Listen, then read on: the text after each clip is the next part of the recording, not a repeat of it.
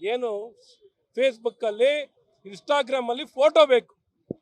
ಫೋಟೋಕ್ಕೋಸ್ಕರ ಜನರು ಅಮಾಯಕರು ಅವ್ರನ್ನ ಬಲಿಪಶು ಮಾಡ್ಕೊಂಡಿದ್ದಾರೆ. ಈ ರೀತಿ ಬೇಜವಾಬ್ದಾರಿ ಆಗಿ ನಡವಳಿಕೆಯನ್ನ ನಡ್ಕೊಂಡಿರುವಂಥ ಈ ಕಾಂಗ್ರೆಸ್ ಸರ್ಕಾರ ಏನು ತನಿಖೆನ ಮಾಡ್ರಪ್ಪ, ಇಷ್ಟು ಜನ 106 ಜನ ಸತ್ತಿದ್ದಾರೆ. ಈಗ ಹೇಳಿ ಅಧಿಕೃತವಾಗಿ 11 ಜನ ಅಂತ ಹೇಳಿದ್ದಾರೆ. ಇನ್ನು ಎಷ್ಟು ಜನ ಕಾಣ್ತಾ ಇಲ್ಲ. ತುಂಬ ಜನ ಕಣ್ಮರೆಯಾಗಿದ್ದಾರೆ. ಎಷ್ಟು ಜನ ಸಾವಾಗಿದ್ದಾರೆ ಅಧಿಕೃತ ಇನ್ನೂ ಮುಚ್ಚುಮರೆ ಮಾಡಿದ್ದಾರೆ. ಮುಚ್ಚುಮರೆಯನ್ನು ಮಾಡಿ ಇದನ್ನೆಲ್ಲ ಇವತ್ತು ಅಧಿಕೃತವಾಗಿ ಘೋಷಣೆ ಆಗಿರುವಂಥ ಲೆಕ್ಕ ನಿಜಕ್ಕೂ ನಂಬುವಂಥದ್ದಲ್ಲ. ಇನ್ನು ನಿಜವಾದ ಸತ್ಯ ಆಚೆ ಬರಬೇಕು. ಈ ತನಿಖೆಯನ್ನು ಮಾಡಲಿಕ್ಕೆ ಜಿಲ್ಲಾಧಿಕಾರಿಗೆ ತನಿಖಾಧಿಕಾರಿ ಮ್ಯಾಜಿಸ್ಟ್ರೇಟ್ ತನಿಖೆಯನ್ನು ಮಾಡಿರುವಂಥದ್ದಿದೆ.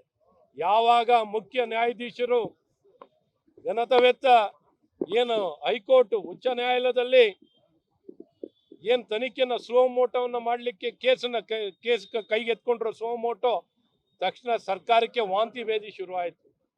ಅಲ್ಲಿವರೆಗೂ ಇವ್ರಿಗೆ ಏನಿರಲಿಲ್ಲ, ಹಿಂಗೆ ಏನು ಮಾಡಿದ್ರು ನಾವು ಜಯಿಸ್ಕೋಬಹುದು ಅಂತ ಅಂದ್ಕೊಂಡು ಮುಂದೆ ಹೊರಟಿದ್ರು.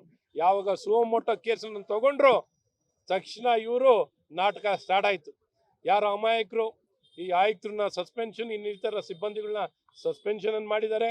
RCB KCA ಮೇಲೆ ಮತ್ತು DNA ಮೇಲೆ ಕೇಸನ್ನು ದಾಖಲು ಮಾಡಿದ್ದಾರೆ. ಕೇಸ್ ದಾಖಲು ಆಗಬೇಕಾಗಿದ್ದು ಮುಖ್ಯಮಂತ್ರಿಗಳ ಮೇಲೆ. A1 A2 ಯಾರಾಗಬೇಕಿತ್ತು? ಉಪಮುಖ್ಯಮಂತ್ರಿ. A3 ಯಾರಾಗಬೇಕಿತ್ತು? ಗೃಹ ಸಚಿವರು. ಇವ್ರನ್ನ ಮೇಲೆ ಕೇಸ್ ದಾಖಲಾಗಬೇಕಿತ್ತು. ಇವ್ರು ರಾಜೀನಾಮೆ ಆಗಬೇಕು. ಇವರು ತಮ್ಮ ಸ್ಥಾನಕ್ಕೆ ರಾಜೀನಾಮೆಯನ್ನು ಕೊಟ್ಟು ಈ ಅಮಾಯಕ ವ್ಯಕ್ತಿ ಜನರ ಜೀವವನ್ನು ತಗೊಂಡಿರುವಂಥ ಸಾವಿನ ಸರ್ಕಾರವಾಗಿರುವಂಥದ್ದು ಇದು.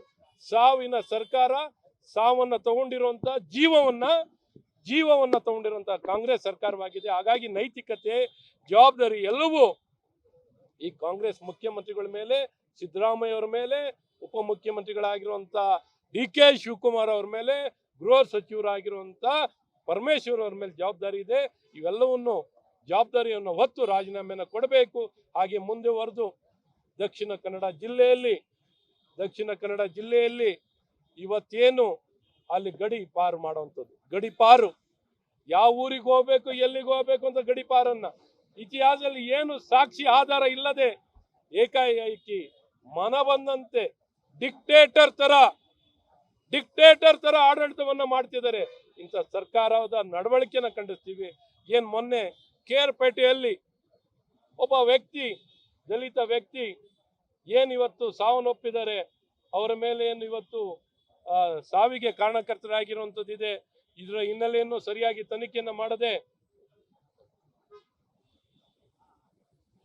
ಬೆಂಕಿಗೆ ಆಹುತಿ ಆಗಿರುವಂಥದ್ದು ಇವೆಲ್ಲವನ್ನು ನೋಡಿದಾಗ ನಿಜಕ್ಕೂ ಸತ್ಯ ಎಲ್ಲ ಒಂದ್ ಕಡೆ ನ್ಯಾಯ, ಕಾನೂನು ವ್ಯವಸ್ಥೆ ಎಲ್ಲೂ ಅನುಷ್ಠಾನ ಆಗಿಲ್ಲ, ಜಾರಿಗೆ ತಂದಿಲ್ಲ. ಹಾಗಾಗಿ ಈ ಸರ್ಕಾರ ತನ್ನ ಜವಾಬ್ದಾರಿಯನ್ನು ಮೈಮರೆತು ಕಾನೂನು ಸುವ್ಯವಸ್ಥೆ ಸಂಪೂರ್ಣವಾಗಿ ಕುಸಿದಿದೆ. ಹಾಗಾಗಿ ಆಡಳಿತದಲ್ಲೂ ಸಂಪೂರ್ಣವಾಗಿ ವಿಫಲವಾಗಿ ಇಡೀ ರಾಜ್ಯಕ್ಕೆ ಅವಮಾನ ಆಗೋ ರೀತಿಯಲ್ಲಿ ನಡವಳಿಕೆಯನ್ನ ನಡ್ಕೊಂಡಿದ್ದಾರೆ. ಆಡಳಿತವನ್ನು ಕೊಡ್ತಿರುವಂತ ಈ ಕಾಂಗ್ರೆಸ್ ಸರ್ಕಾರ ತೊಲಗಬೇಕು ಅಂತ ನಮ್ಮೆಲ್ಲರ ಒತ್ತಾಯ. ಹಾಗೆ ರಾಜ್ಯಪಾಲರು ಈ ಸರ್ಕಾರವನ್ನ ವಜಾ ಮಾಡಬೇಕು. ಕನ್ನಡಿಗರ ಮೆಚ್ಚಿನ ನಿಮ್ಮ ನ್ಯೂಸ್ 18 ಕನ್ನಡ ಈಗ ವಾಟ್ಸ್ಆಪ್ನಲ್ಲಿಯೂ ಲಭ್ಯ. ಕರ್ನಾಟಕ ಮತ್ತು ದೇಶ ವಿದೇಶದ 360 ಡಿಗ್ರಿ ಸುದ್ದಿ ವಿವರವನ್ನ ನೀವು ನಿಮ್ಮ ಕೈ ಬೆರಳುಗಳಲ್ಲಿಯೇ ಪಡೆಯೋದಿಕ್ಕೆ ಈ QR ಕೋಡ್ ಅನ್ನ ಸ್ಕ್ಯಾನ್ ಮಾಡಿ. ನಮ್ಮ ಚಾನೆಲ್ ಅನ್ನ ಫಾಲೋ ಮಾಡಿ, ನೋಟಿಫಿಕೇಶನ್ ಆನ್ ಮಾಡಿ.